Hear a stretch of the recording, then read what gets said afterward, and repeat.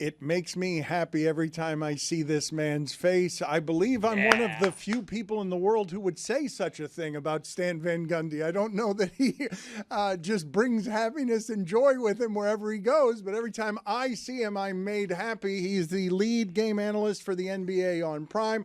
There are a number of different things I want to ask him. I'll start in the obvious place, though. Stan, do you know how much a postage stamp costs? I'm not sure. I think I'm going to say 42 cents. Yeah, that's the last time I used one. Would you be shocked to learn that it's now 76 cents for a postage stamp? Do you find that? I'm not shocked to remember it. No, I'm not shocked that I'm living in the past. 78 cents. I'm sorry. Jeremy just made a correction after his it's recent important. foray. Yeah, 78 cents. My bad. You didn't send me to that post office for no reason, Dan. That is, well, I did actually, but okay. That was a double negative. Fair enough. So, Stan, I've got some basketball questions for you, but how are you doing in general, and how was this season for you on Prime? You are now a bit of a vagabond when it comes to being a prostitute of sports media. You have worked for just about everybody. How was this season for you compared to the other seasons? It seemed like you were having a great deal of fun, especially when you were doing a game with Dwayne Wade. Yeah, look, the whole thing was a great experience. I think that the people at Amazon, NBA on Prime, there's really a commitment to trying to provide a quality product. I worked with great people, both in front of the camera and behind. Were treated well. I think it was a great experience for me, and I'm looking forward already to next season. I've actually got a WNBA game for them coming up on June the 25th. I asked to get a WNBA game, and so I've got the Sparks at the Toronto Tempo June 25th. Nice. I like that you're expanding your horizons that way, and that you're making requests of management, or demands, perhaps demands. Before we get to the basketball stuff, though, just to clean up some questions we've had around here that we've been talking about. At what age, Stan, did you give up the tighty whities as underwear? Oh, wow. That's a good question. Long time ago, but I don't remember. I don't know. Probably 25 years ago. I wore it into college, Stan. How about that? Whatever. They're comfortable. Hang with them. I mean, it sounds like Stan was wearing them until he was 40 years old.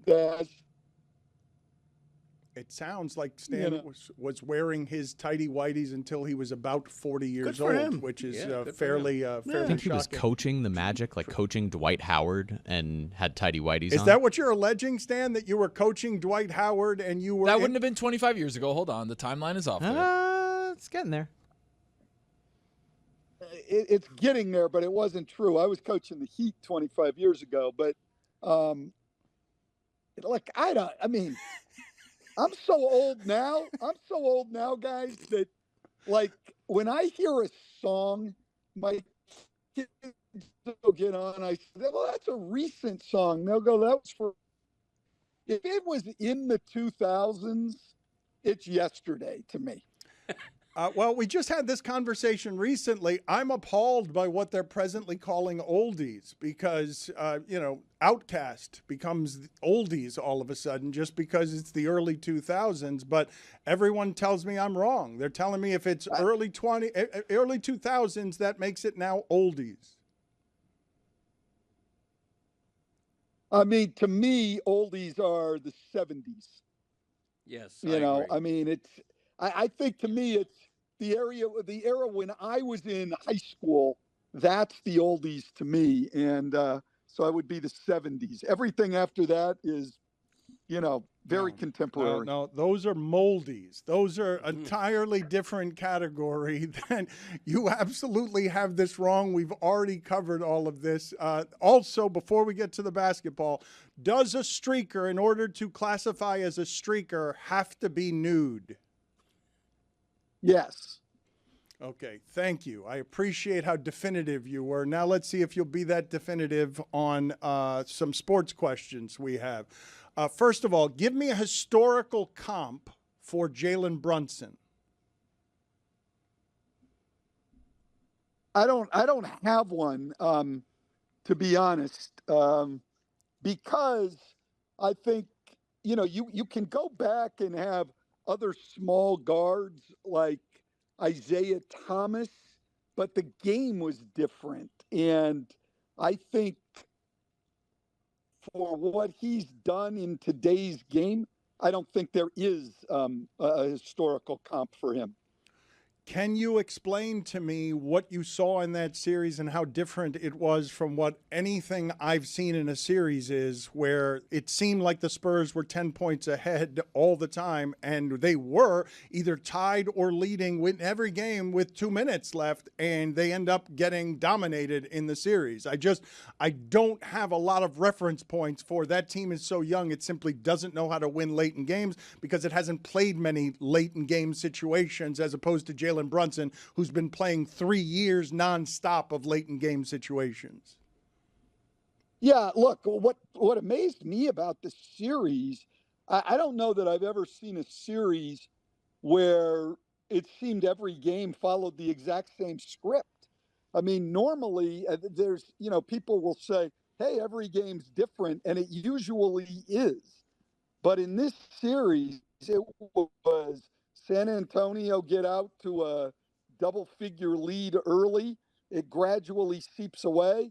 And then in the third quarter, they gain the lead, get back up again, and then can't hang on. It was every game. And so by the time we got to game 5 and you're halfway through the third quarter, you just have this feeling, you know what? They're not going to win this game. Stan, for the first time in NBA history, it's 8 consecutive unique NBA champions. But also during that stretch, there have only been 2 teams, Miami and Boston, who have even returned to the finals in any capacity during that stretch. Is San Antonio going to be one of those teams who gets back to the finals sometime soon? Well, they certainly can be. I think they're good enough and they're young enough that we're going to see them sometime in the next 8 years. But look, Oklahoma City's much in the same situation. That's going to be a great rivalry going forward. But I like how San Antonio is situated. Their 3 best players are 22 or younger. We haven't seen that. And so I think what Dan said, a lot of that had to do with the way the game's finished. But the experience they gained this year should help them a great deal. Look, I think the biggest thing going forward is for them to improve. It's not automatic. I think it will come down to the humility of guys like Wemby and Castle. And by humility, I don't mean modesty. I mean, a lot of times what star players want to do when they struggle or struggle to reach their goals, they'll say, it wasn't the other team, had nothing to do with them. I just had a bad game. That's the wrong approach in my mind, especially would be now. I think it's got to be the humility to say that this is what New York did to me. This is how they took away my effectiveness. Now, what do I have to do to improve that? If they have that kind of humility, and my bet would be that they do, then I think you'll see them make great strides, and they're going to be a team to be dealt with for the next decade. Stan, the future of Giannis Antetokounmpo has become a bit of a soap opera this offseason. Where do you think he ends up and why? I think, Greg, it's really, really hard to tell because, it's, as we've learned, it's not always in the player's hands now. You can want to be traded, but the team's going to get the deal that's best for me. I have questions on teams giving up way too much for him, and not because he's not a great player, but his health has become a major issue over the last few years. And you start to wonder, is this guy going to be a Kawhi Leonard type of guy that you can't count on to be out there and be available enough to really help you? And how much of your future are you going to mortgage on the gamble that he'll stay healthy? It hasn't been a good picture lately. Stan, I don't want to put you in an uncomfortable spot to be critical of another coach, but what had you thought at all what you would have done if you were coaching as far as De'Aaron Fox went in this series? Would you have done something about maybe sitting him? I don't know about sitting him. No, I think that, he's one of their top guys. They played him. He didn't play well in the series. I think De'Aaron Fox would admit that. I think everybody in San Antonio, would admit that. But he certainly wasn't the only problem. I think second half of Game 4, especially, Wembanyama was not nearly good enough.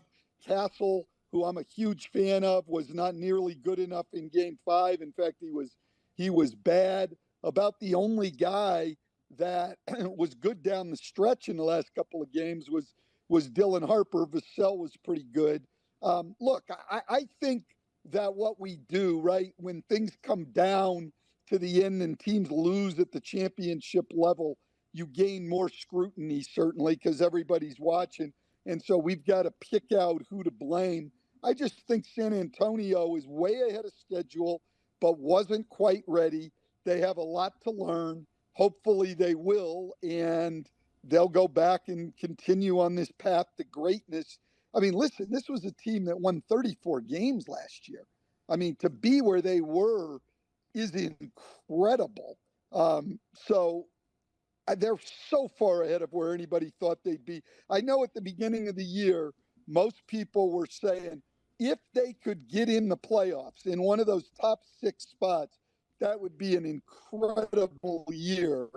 Play-in was probably more likely, and they're in the NBA Finals after winning 60-plus games. I mean, come on, this was a great, great year, and I don't think we need to find someone to blame. We need to find more people to give credit for that.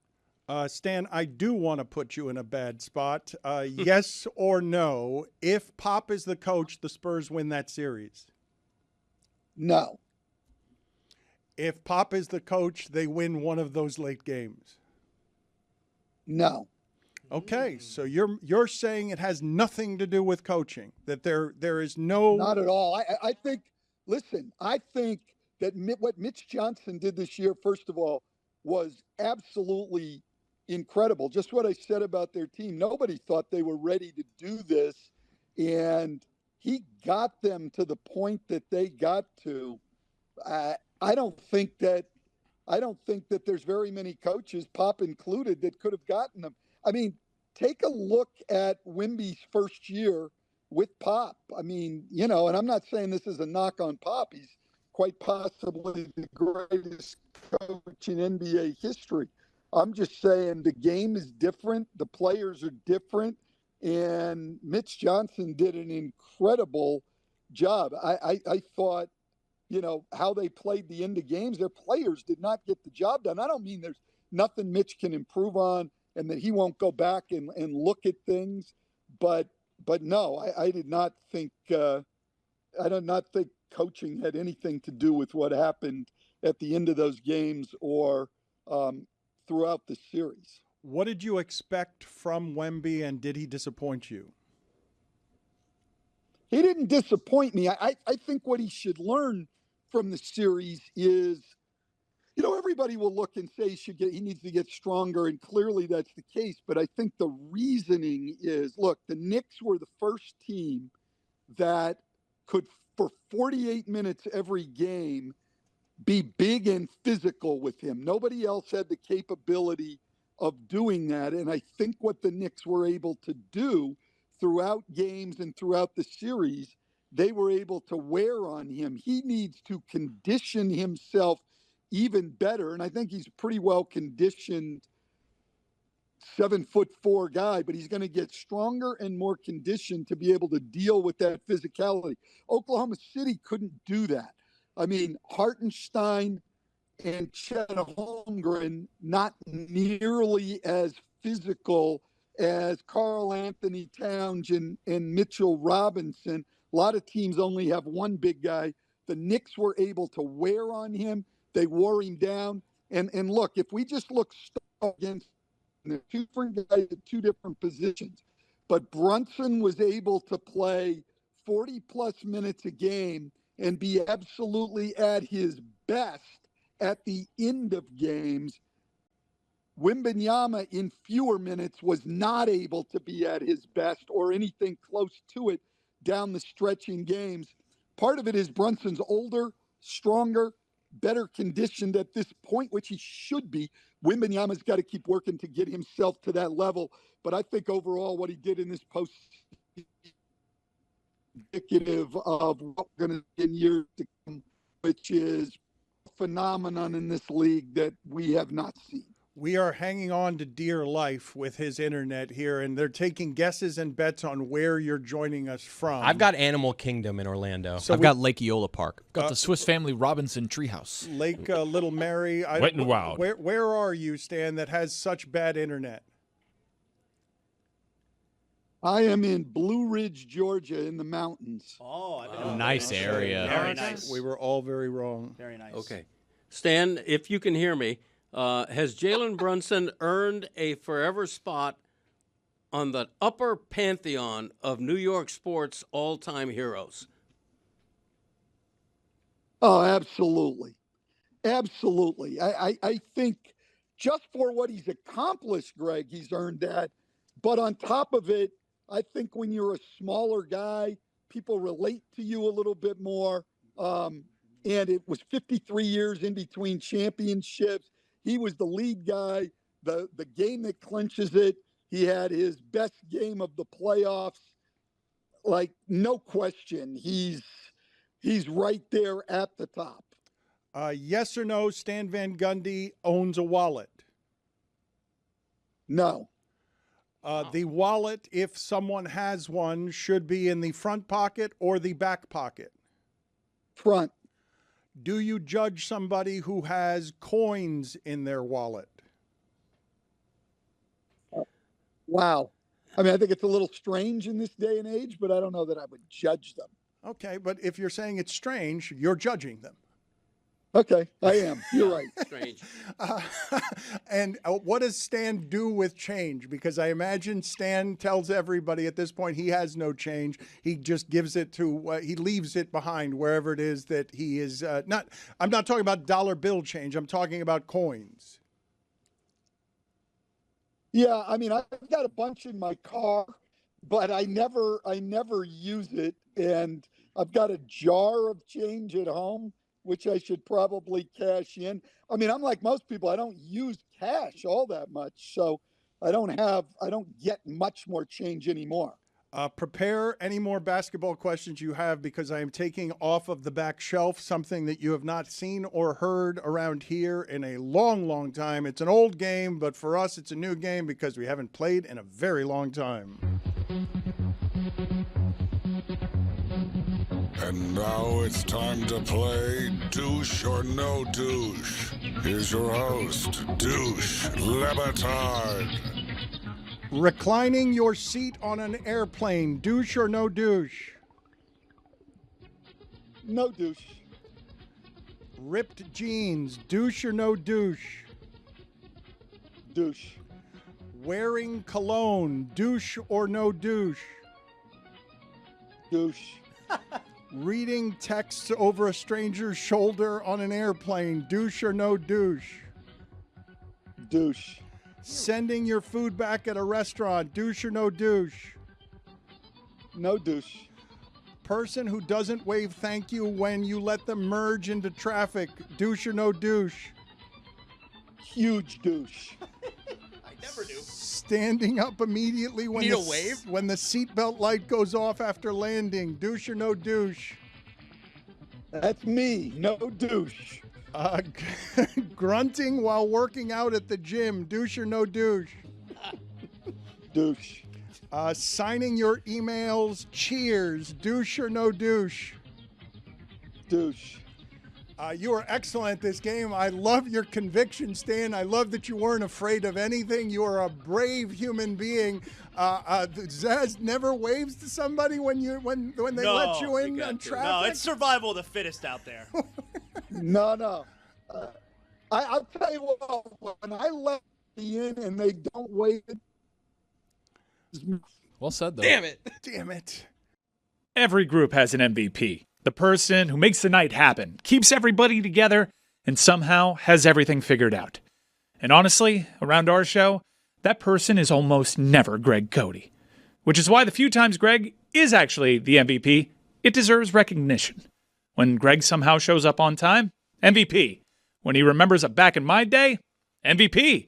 When Greg brings enough Miller Lite for everybody and doesn't immediately try to expense it to Chris, that's Hall of Fame MVP behavior.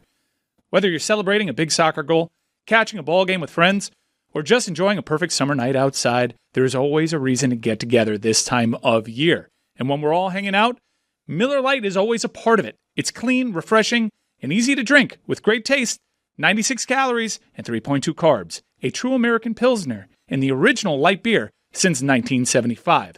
Legendary moments always start with a Miller Lite, and they're made even better by a Miller Time MVP.